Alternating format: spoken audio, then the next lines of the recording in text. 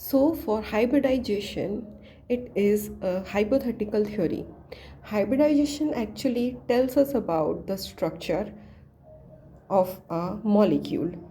Hybridization find out करने के लिए we have a simple formula which I have written, that is number of valence electron of central atom plus number of single bonds. यहाँ पर हम केवल single bonds को consider करेंगे, plus minus charge divided by 2. यहाँ पर जो value आएगी उसको हम बोलेंगे सीरियल नंबर या फिर स्टेरिक नंबर, जिसके हिसाब से हम हाइब्रिडाइजेशन फाउंड करेंगे. जैसे if the value is 2 then hybridisation is sp. If the value is 3 then hybridization is sp2.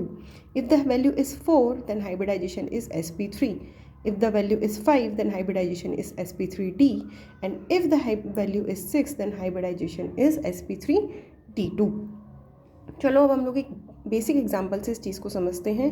We have CH4 methane. सो यहाँ हमने कार्बन का इलेक्ट्रॉनिक कॉन्फ़िगरेशन लिखा है which is 1s2 2s2 2p2.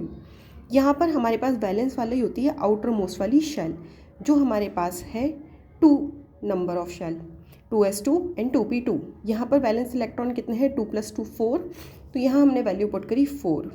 यहाँ कार्बन हाइड्रोजन के साथ बॉन्ड फॉर्म किया है 4, तो 4 + 4 divided by 2 which is leads to 4. If the steric number is 4 then we get sp3 hybridisation. तो CH4 का हाइब्रिडाइजेशन क्या होगा भाई sp3. अब अगर हम बात करें BF3 की, तो बोरोन का यहाँ पर हम इलेक्ट्रॉनिक कॉन्फ़िगरेशन लिखेंगे, वो होगा 1s2 2s2 2p1. यहाँ हमें जो वैलेंस इलेक्ट्रॉन है वो होंगे 2 + 1 3. तो यहाँ हमने 3 वैल्यू लिखी, प्लस बोरोन और फ्लोरीन के बीच में कितने सिंगल बॉन्ड हैं 3 डिवाइडेड बाई 2. तो 6/2 = 3. तो यहाँ हमारे पास कौन सा हाइब्रिडाइजेशन आया sp2.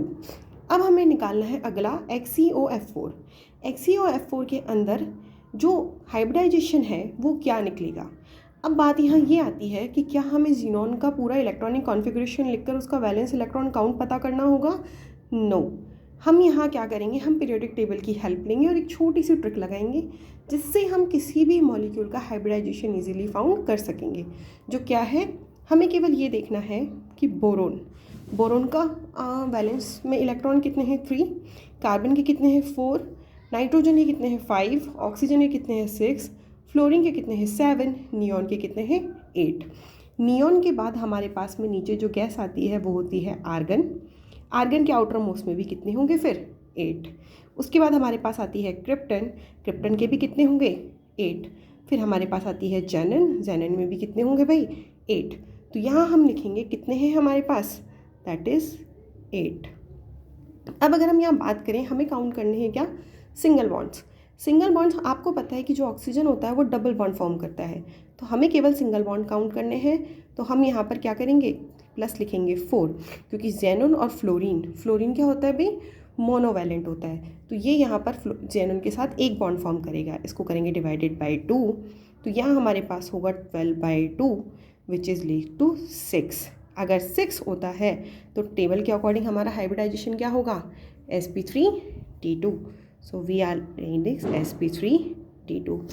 Hope this will help you.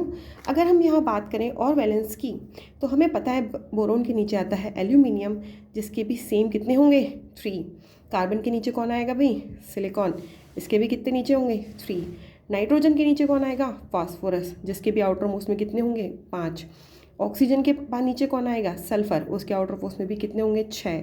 Same chlorine आएगा, क्लोरीन के कितने होंगे 7.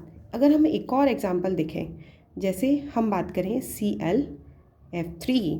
अब अगर यहाँ हमको क्या फाइंड आउट करना है हाइब्रिडाइजेशन, तो हमें पता है क्लोरीन यहाँ पर एक अकेला सिंगल एटम है.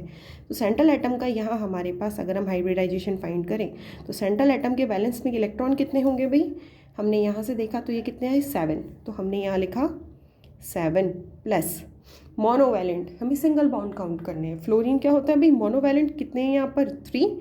तो हमने यहाँ लिखा 3 डिवाइडेड बाय 2. तो 7 + 3 कितना हुआ हमारे पास 10 डिवाइडेड बाई 2. यहाँ हमारा स्टेरिक नंबर आया 5 आता है. तो हमारा हाइब्रिडाइजेशन क्या होगा भाई sp3d. तो ये हाइब्रिडाइजेशन हमारा हुआ sp3d. Thank you for watching.